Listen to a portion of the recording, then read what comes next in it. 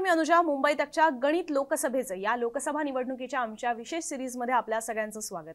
आज या सिरीजमध्ये आपण कल्याण डोंबिवली लोकसभा मतदारसंघाबद्दल जाणून घेणार आहोत. तसं या मतदारसंघाला फार जुना इतिहास नाहीये, कारण अवघ्या 15 वर्षांपूर्वीच हा मतदारसंघाची निर्मिती झाली आहे. 2008 मध्ये झालेल्या लोकसभा मतदारसंघ पुनर्रचनेत ठाण्यापासून वेगळा कल्याण डोंबिवली मतदारसंघ हा तयार करण्यात आला. म्हणजे मुंबई लगतचा जर पट्टा बघायचा झाला की कल्याण डोंबिवली लोकसभा मतदारसंघामध्ये काय काय येतं, तर कळवा मुंब्रा पट्टा येतो, दिवा, कल्याण डोंबिवली, उल्हासनगर ते अंबरनाथ ही सगळी शहरं या लोकसभा मतदारसंघामध्ये मोडतात. पण या मतदारसंघाला 2024च्या निवडणुकीमध्ये यासाठी महत्त्व आहे, कारण की मुख्यमंत्री एकनाथ शिंदे यांचे पुत्र श्रीकांत शिंदे याच कल्याण डोंबिवली मतदारसंघाचं प्रतिनिधित्व करतात. शिंदेंना आता पुन्हा संधी मिळणार का? शिवसेना आपला मतदारसंघ राखणार की त्याच्यावर भाजप पुन्हा एकदा दावा करणार? काय आहे तिथली आव्हानं किंवा समीकरणं? सत्ताधारी खासदारासमोर कुणाचं आव्हान असणार आहे? विरोधकांचं असणार आहे की स्वतःच्याच मित्र पक्षांचं असणार आहे? काय आहेत सेना भाजपातल्या कुरबुरी? हे सगळं लोकसभेचं गणित आजच्या या व्हिडिओमधनं समजून घेऊया.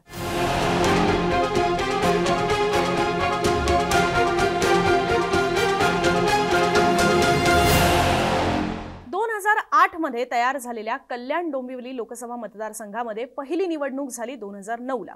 2009ला शिवसेनेचे आनंद परांजपे इथून निवडून गेले. त्याच्यानंतर 2014 आणि 2019ला सुद्धा एकनाथ शिंदे यांचे पुत्र श्रीकांत शिंदे दोन्ही वेळेला या मतदारसंघातनं विजयी झाले.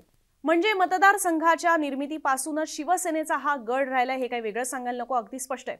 पण याच मतदारसंघावरील दाव्यावरनं मात्र 2023 मध्ये भाजप आणि शिवसेनेमध्ये वारंवार वाद पाहायला मिळाला. भाजपने ज्या निवडक मतदारसंघांमध्ये केंद्रीय मंत्री पाठवून पक्ष बळकटी असेल किंवा मोदी सरकारची धोरणं जनतेपर्यंत पोहोचवण्याचा कार्यक्रम हाती घेतलेला होता, त्या महाराष्ट्रातल्या 16 मतदारसंघांपैकी कल्याण डोंबिवली मतदारसंघाचा सुद्धा समावेश होता. कल्याण डोंबिवलीची जबाबदारी ही केंद्रीय मंत्री अनुराग ठाकूर यांना देण्यात आली होती. अनेकदा त्यांनी त्याचे दौरे सुद्धा केलेले आहेत. याशिवाय या मतदारसंघावर दावा करण्याचं कारण एक आणखीन आहे, ते म्हणजे इथे वाढलेली भाजपची ताकद, सोबतच शिवसेनेमध्ये पडलेली फूट. विधानसभा निहाय चित्र जरी आपण पाहिलं तरी तुम्हाला समजेल की इकडे भाजपचं सुद्धा प्राबल्य हे पाहायला मिळतं. कल्याण डोंबिवली लोकसभा मतदारसंघात येणारे विधानसभेचे क्षेत्र आपण पाहिलं तर अंबरनाथ मधून शिवसेनेचे बालाजी किणीकर आहेत, उल्हासनगर मधून भाजपचे कुमार ऐलानी, कल्याण पूर्व मधून भाजपचेच गणपत गायकवाड, डोंबिवली मधून भाजपचे रवींद्र चव्हाण, कल्याण ग्रामीण मधून मनसेचे राजू पाटील, तर मुंब्रा कळवा या मतदारसंघामधून राष्ट्रवादी काँग्रेसचे जितेंद्र आव्हाड हे आमदार आहेत. म्हणजेच 6 पैकी 3 तर भाजपचेच आहेत आणि केवळ एकच सेनेचा आमदार इथे आपल्याला पाहायला मिळतो. मुळात आधी कल्याण डोंबिवली हा देखील ठाणे लोकसभा मतदारसंघाचा भाग होता आणि त्यावेळेला इथे भाजपचेच रामभाऊ माळगी असतील, राम कापसे असतील हे खासदार होते. पण आपली ताकद वाढू लागलेली आहे हे लक्षात घेता आनंद दिघेंनी ठाणे मतदारसंघ हा सेनेकडे मागितला. त्याच्यासाठी नगरसेवक जास्त असणं असेल किंवा हिंदुत्वाचा मुद्दा असेल, या सगळ्या जोरावर आनंद दिघेंचं म्हणणं होतं की इथे शिवसेनेची ताकद वाढतेय, हा मतदारसंघ त्यांना मिळायला हवा. बाळासाहेब ठाकरे सुद्धा त्याच्यासाठी अर्थातच तयार झालेले होते आणि भाजपने सिटिंग सीट असून सुद्धा हा मतदारसंघ शिवसेनेला द्यायला तयारी दर्शवली. त्यामुळे आपला मतदारसंघ युतीच्या जागा वाटपात 1996 मध्येच सेनेला सुटल्याची सल ही आजही भाजपच्या नेत्यांच्या मनात आहे.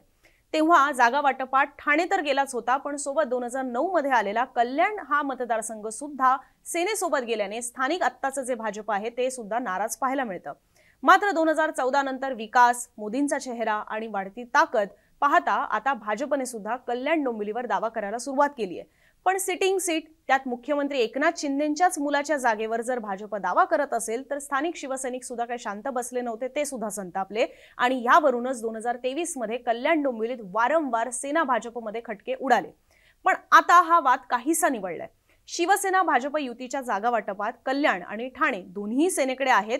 त्यात कल्याण सेनेकडेच ठेवून ठाणे आपल्याकडे घेण्याचा प्रयत्न हा भाजपचा असू शकतो. इथे ठाणे या लोकसभा मतदारसंघाची खास जबाबदारी ही राज्यसभेचे माजी खासदार भाजपचे सहस्त्रबुद्धे त्यांना सुद्धा देण्यात आलेली आहे. सोबतच याच्यामध्ये आणखीन एक कारण आहे की का भाजप या जागेवर क्लेम करू शकतं, कारण की इथले विद्यमान खासदार राजन विचारे जे शिवसेनेचेच आहेत पण ते ठाकरेंसोबत आहेत, ते शिंदेंसोबत आलेले नाहीये. तर ही काही कारणं आहेत ज्याच्यामुळे ठाणे हा मतदारसंघ भाजप आपल्याकडे घेऊ शकतं, तसा दावा करू शकतं आणि कल्याण हा जो आहे तो एकनाथ शिंदे यांचे पुत्र श्रीकांत शिंदे यांच्यासाठी सोडला जाऊ शकतो. दुसरीकडे महायुतीला कोणाचं आव्हान असेल याचा विचार करायचा झाला तर कल्याण डोंबिवलीमध्ये लढत ही दुहेरी नाही तर तिहेरी होणार असं सुद्धा दिसतंय, कारण महाविकास आघाडीसोबतच मनसे फॅक्टर सुद्धा इथे आहे. मनसेने 2019ला लोकसभा निवडणुका लढवलेल्या नव्हत्या, मात्र 2024ची निवडणूक ते लढवणार असं सुद्धा मनसे अध्यक्ष राज ठाकरे यांनी आधीच जाहीर केलेलं आहे। मनसेचा एकमेव आमदार राजू पाटील याच कल्याण डोंबिवली मतदारसंघातला आहे। कल्याण ग्रामीणचे आमदार राजू पाटील यांना सुद्धा लोकसभेच्या मैदानात उतरवलं जातं का हे पाहायला हवं, की ते महायुतीला पाठिंबा देऊ शकतात हे पाहायला हवं। जर मनसेने निवडणूक जर स्वतंत्ररित्या लढवली म्हणजे त्यांनी त्यांचा उमेदवार उतरवला तर मराठी मतदारांमध्ये फूट पडू शकते। याचा फटका हा नेमका कोणाला बसणार हे पाहायला हवं, कारण की महाविकास आघाडीकडनं सुद्धा शिवसेनेचा उमेदवार असू शकतो, महायुतीकडनं सुद्धा शिवसेनेचा उमेदवार असल्यास नेमका त्याचा फटका हा कोणाला बसणार हे पाहायला हवं। त्यामुळे दाट शक्यता हीच आहे की इकडे तिहेरी लढत होईल, पण मनसेने जर पाठिंबा द्यायचा ठरवला तर तो कदाचित मग महायुतीला असू शकतो अशी सुद्धा शक्यता वर्तवली जाते। अर्थात हे इफ एंड बट्स आहेत, याच्याबद्दल अजून कुठली क्लॅरिटी नाही। शक्यता हीच आहे की या मतदारसंघामध्ये तिहेरीच लढत ही होऊ शकते। दुसरीकडे कल्याण डोंबिवली लोकसभेची जागा महाविकास आघाडीत शिवसेना उद्धव बाळासाहेब ठाकरे पक्षाला सुटेल यात काही शंका नाही।